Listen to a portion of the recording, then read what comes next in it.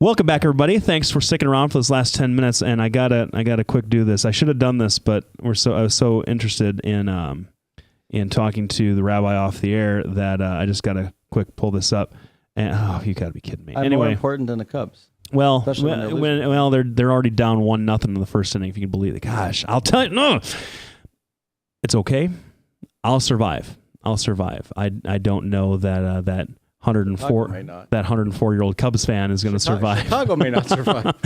And then all the fire departments in Chicago are on alert. Well, they survived in 2003, and I feel like it would be worse if they made it for the first time in 70 years and then lost. But it won't be a cow causing the fire tonight. No, it certainly won't. And I'll tell you this, that this team has been the most fun to watch for at least the last 15 years, and I'm really excited for what the next couple of years are going to look like. So, anyway, we're talking about some of the religious issues in politics, and we've been talking about that the whole show.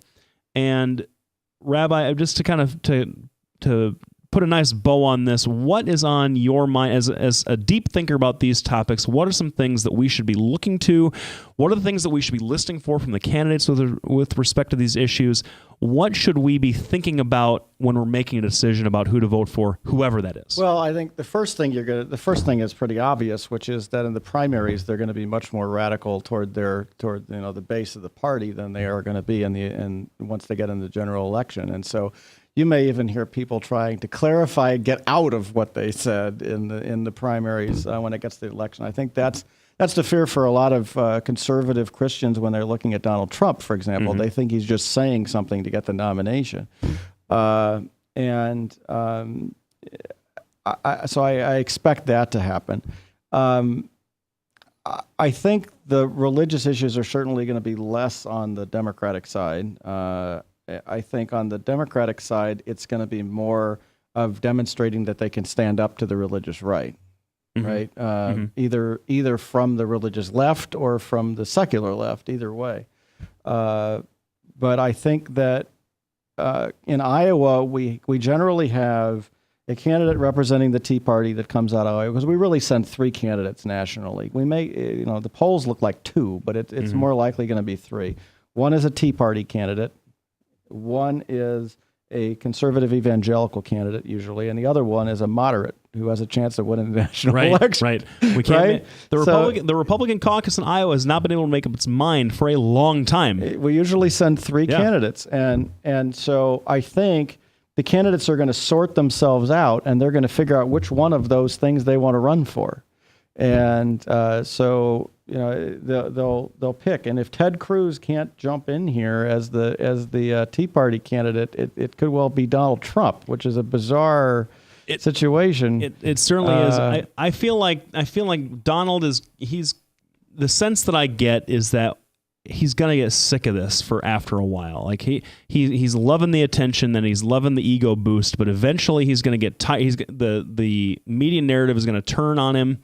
He's going to get bored with policy. He's going to get beat up by wonks or beat up by the Beltway a little bit too much, more than he wants to. He's going to say, man, I've got $9 billion. What am I doing? I don't need to do this. This vanity project is over. It was fun while it lasted. His new hotel in D.C., it's pretty nice. Yeah, well, it's the best ever is what I heard from him. But then I think that the natural dispersal of his support, a lot of that goes to Ted Cruz. I feel like Ted Cruz,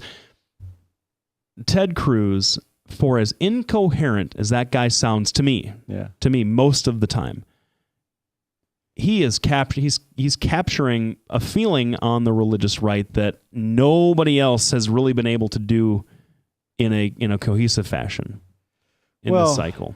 I think Ben Carson is getting some of that religious mm-hmm. right also.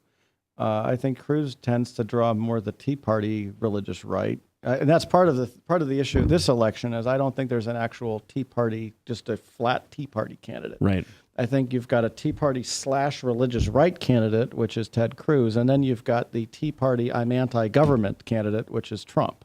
Sure. Right. Sure. And so I think they've divided up that Tea Party vote a little bit, at least so far in Iowa. Well, that anti-government, that's a more artful way of saying what I said. That anti-government goes. If there's anybody who's anti-government, it's Ted Cruz on that stage. I mean, he's shown time and time again he wants to burn the whole thing to the ground.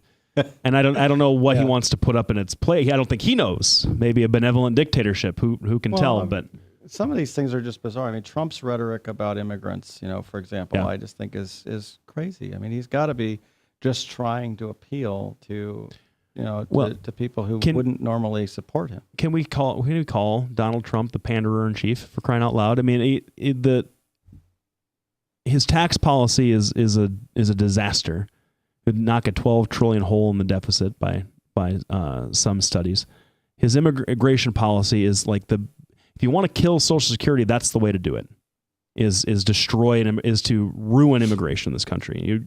We don't have the reason we have a young workforce that's been able to sustain the baby boomers as well as it has is because of immigration. Number two, number three.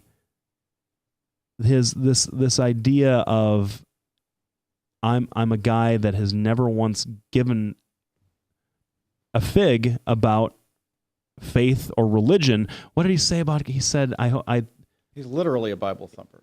Yeah. He talks to God when he doesn't ask God for anything. Or I can't remember what he said. Bringing his Bible around to thump it. Yeah, just like my mom gave me this, and I haven't looked at it in 25 years. But he doesn't exactly have the credibility of Mike Huckabee. No. Well, Mike Huckabee wishes. I mean, I think Mike Huckabee would trade some of that credibility for Donald Trump's poll numbers at this point. Well, I think right now you're looking at Trump, Carson, and Jeb Bush. Yeah. And I think Jeb Bush is going to get the support of the moderates who say, look, Iowa's got its wingnuts, and the wingnuts are supporting, Trump. And, you think Jeb's going to come in third, I or think Jeb in the could top well three? Come in third. I don't know about it's that. going to be pushing it, but third may well be 10% in this. Who knows what third is by the time we get to February. True. So I think Jeb will still be around. Jeb's got money, and when all of those 3, 4, 5% candidates drop out, I think Bush will still be around. There may be some other moderates who are there, but there's going to be a moderate candidate, and I don't think Trump is it, and I don't think Carson is it. And so these guys they basically pair off and battle each other. And I think when people see these poll numbers where they just list in order of highest percentage to lowest percentage, they're really missing what's going on, because these people are not competing with everybody else on that list. Right. At least not in Iowa, they're not. They're competing with a select group of people on that list, each of them individually. And that when they get to 10 states into the primary system, then they're competing against everybody on the list. Sure. Hillary in Iowa this time around. Does Iowa break for Hillary in 2016? I think it could still be Sanders, but but if Sanders gets 40% of the vote and she gets 38% of the vote, it's not it's not it's nearly not as bad as it was in 08. Right? That's for sure. Well, Rabbi, thank you so much for coming. I really appreciated having you here for week 2 of Lefty Runs the Show. Thank you so much, everybody, for listening in. We will be back next week, same time, 6:30 to 7:30 p.m. Check out the website, docandlefty.com. We'll get some new content for there for you guys very, very shortly. I know that's going to happen. Doc always comes back from Europe, and I will pull my weight around this business here soon, I guess. I don't know. But anyway, thank you so much. I'm out of here. Thank you to Maddie Kane on the ones and twos for her fine production work. And we will check you all next week. Thanks a lot. Hi, I'm Representative Tom Shaw, and I love these guys. Both of them. Love these guys. Get over here. Love both of them.